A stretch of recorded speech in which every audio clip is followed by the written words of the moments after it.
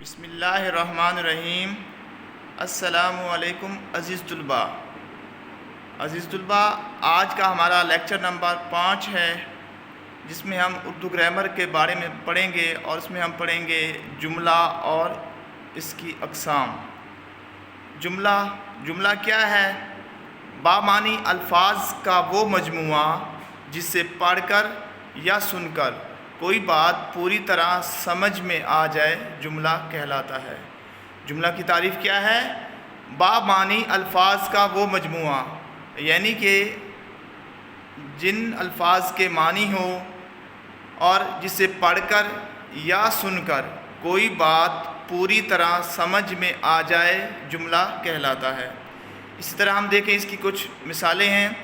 مثلا اللہ ہی ہمارا خالق و مالک ہے، یہاں پہ ہمیں پتہ چل گیا کہ یہ ایک جملہ ہے اور ہمیں بات کی پوری طرح سمجھ آ گئی ہے۔ آگے دیکھیں، قلم تلوار سے طاقتور ہے، یعنی قلم جو ہے وہ تلوار سے طاقتور ہے، تو یہ بھی ایک جملہ ہے۔ اس طرح آگے دیکھیں، محنت کامیابی کی کنجی ہے، تو یہ بھی ایک جملہ ہے۔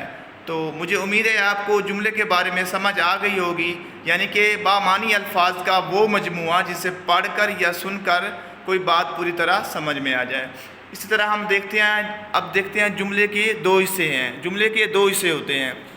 سب سے پہلے ہم دیکھیں، یہاں پہ ہے مسند اور مسند الیہ۔ تو مسند کیا ہے؟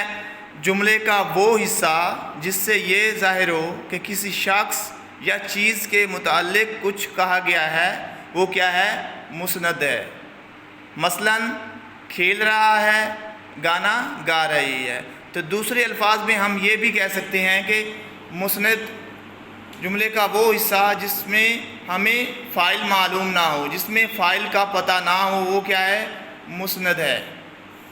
اسی طرح ہم جملے کا دوسرا حصہ دیکھتے ہیں، مسند الیہ۔ مسند الیہ میں جملے کا وہ حصہ جو اس شخص یا چیز کو ظاہر کرے جس کے متعلق کچھ کہا گیا ہو۔ مثلا بچہ نجمہ۔ تو اب یہاں پہ ہم دیکھیں، یہاں پہ کیا تھا؟ کھیل رہا ہے، تو اگر ہم یہاں پہ شروع میں فاعل لگا دیں بچہ، تو اس سے کیا ہوگا؟ جملہ مکمل ہو جائے گا، بچہ کھیل رہا ہے۔ اس طرح ہم دیکھیں نجمہ، مسند الیہ کیا ہے؟ نجمہ، اور گانا گا رہی ہے، یہ کیا ہے؟ مسند ہے، یعنی کہ بچہ اور نجمہ مسند الیہ ہیں۔ تو یہ تھے جملے کے دو حصے۔ مجھے امید ہے آپ کو آج کے اس لیکچر میں اچھی طرح سمجھ آ گئی ہوگی۔ آج ہم نے پڑھا ہے جملہ اور اس کی اقسام کے بارے میں۔ والسلام۔